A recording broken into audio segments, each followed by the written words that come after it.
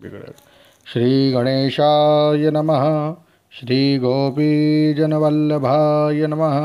श्रीमद्भागवत महापुराण द्वितीय स्कंध अथ द्वितीयोध्याय। कामनाओं के अनुसार विभिन्न देवताओं की उपासना तथा भगवद भक्ति के प्राधान्य का निरूपण। श्री सुखदेव जी ने कहा, परीक्षित, तुमने मुझसे जो पूछा था कि मरते समय बुद्धिमान मनुष्य को क्या करना चाहिए, इसका उत्तर मैंने तुम्हें दे दिया। जो ब्रह्म तेज का इच्छुक हो वह बृहस्पति की जैसे इंद्रियों की विशेष शक्ति की कामना हो वह इंद्र की और जैसे संतान की लालसा हो वह प्रजापतियों की उपासना करे। जिसे लक्ष्मी चाहिए वह माया देवी की, जिसे तेज चाहिए वह अग्नि की, जिसे धन चाहिए वे वसुओं की, और जिस प्रभावशाली पुरुष को वीरता की चाह हो उसे रुद्रों की उपासना करनी चाहिए। जिसे बहुत अन्न प्राप्त करने की इच्छा हो वह अदिति का, जिसे स्वर्ग की कामना हो वह अदिति के पुत्र देवताओं का, जिसे राज्य की अभिलाषा हो वह विश्वदेवों का, और जो प्रजा को अपने अनुकूल बनाने की इच्छा रखता हो उसे साध्य देवताओं का आराधन करना चाहिए। आयु की इच्छा से अश्विनी कुमारों का, पुष्टि की इच्छा से पृथ्वी का, और प्रतिष्ठा की चाह हो तो लोक माता पृथ्वी और द्यौ आकाश का सेवन करना चाहिए। सौंदर्य की चाह से गंधर्वों की, पत्नी की प्राप्ति के लिए उर्वशी अप्सरा की, और सबका स्वामी बनने के लिए ब्रह्मा की आराधना करनी चाहिए। जिसे यश की इच्छा हो वह यज्ञ पुरुष की, जिसे खजाने की लालसा हो वह वरुण की, विद्या प्राप्त करने की आकांक्षा हो तो भगवान शंकर की, और पति पत्नी में परस्पर प्रेम बनाए रखने के लिए पार्वती जी की उपासना करनी चाहिए।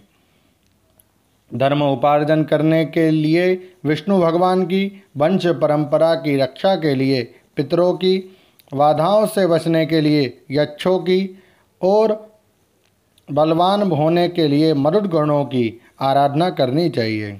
राज्य के लिए मनवंतरों के अधिपति देवों को, अभिचार के लिए निवृत्ति को, भोगों के लिए चंद्रमा को, और निष्कामता प्राप्त करने के लिए परम पुरुष नारायण को भजना चाहिए। और जो बुद्धिमान पुरुष है वह चाहे निष्काम हो, समस्त कामनाओं से युक्त हो अथवा मोक्ष चाहता हो, उससे तो तीव्र भक्ति योग के द्वारा केवल पुरुषोत्तम भगवान की ही आराधना करनी चाहिए। जितने भी उपासक हैं उनका सबसे बड़ा हित इसी में है कि वे भगवान के प्रेमी भक्तों का संग करके भगवान में अविचल प्रेम प्राप्त कर लें। ऐसे पुरुषों के सत्संग में जो भगवान की लीला कथाएं होती है उनसे उस दुर्लभ ज्ञान की प्राप्ति होती है जिससे संसार सागर की त्रिगुणमयी तरंग मालाओं के थपेड़े शांत हो जाते हैं। हृदय शुद्ध होकर आनंद का अनुभव होने लगता है। इंद्रियों के विषयों में आसक्ति नहीं रहती। केवल मोक्ष का सर्वसम्मत मार्ग भक्ति योग प्राप्त हो जाता है। भगवान की ऐसी रसमयी कथाओं का चस्का लग जाने पर भला कौन ऐसा है जो उनमें प्रेम ना करे।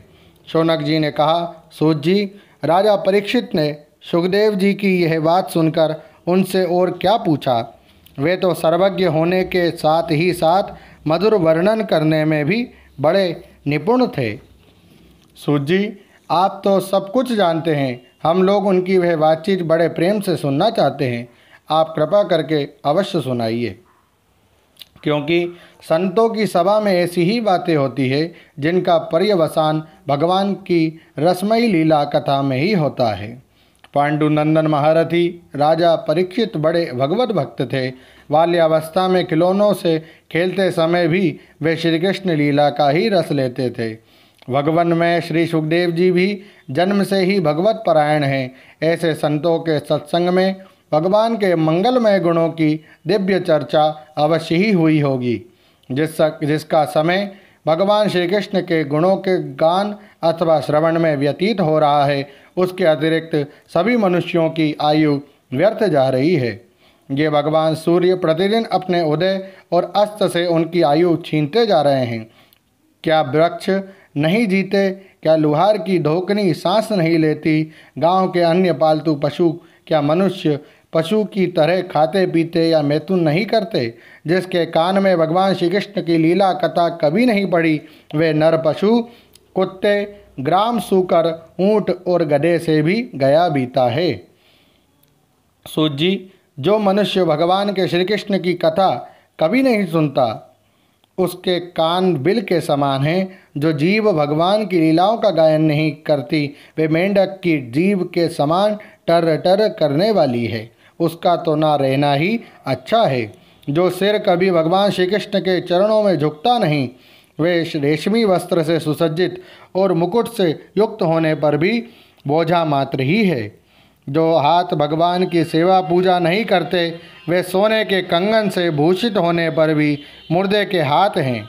जो आंखें भगवान की याद दिलाने वाली मूर्ति, तीर्थ, नदी आदि का दर्शन नहीं करती, वे मोरों की पांख में बने हुए आँखों के चिन्ह के समान निरर्थक है। मनुष्यों के वे पैर चलने की शक्ति रखने पर भी न चलने वाले पेड़ों जैसे ही हैं, जो भगवान की लीला स्थलियों की यात्रा नहीं करते। जिस मनुष्य ने भगवत प्रेमी संतों के चरणों की धूल कभी सिर पर नहीं चढ़ाई, वे जीता हुआ भी मुर्दा है। जिस मनुष्य ने भगवान के चरणों पर चढ़ी हुई तुलसी की सुगंध लेकर उसकी सराहना नहीं की, वे श्वास लेता हुआ भी श्वास रहित शव है। सूत जी, वह हृदय नहीं लोहा है, जो भगवान के मंगलमय नामों का श्रवण कीर्तन करने पर भी पिघलकर उन्हीं की ओर बह नहीं जाता।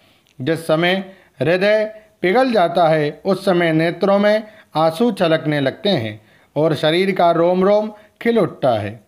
प्रिय सूत जी, आपकी वाणी हमारे हृदय को मधुरता से भर देती है। इसलिए भगवान के परम भक्त आत्मविद्या विशारद श्री सुखदेव जी ने परीक्षित के सुंदर प्रश्न करने पर जो कुछ कहा, वह संवाद आप कृपा करके हम लोगों को सुनाइए। ओम नमो भगवते वासुदेवाय।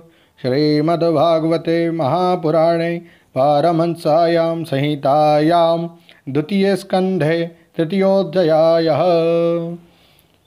श्रीराधाकृष्णार्पणमस्तु। हरे नमः, हरे नमः, हरे नमः। जय श्री कृष्ण। राधे राधे।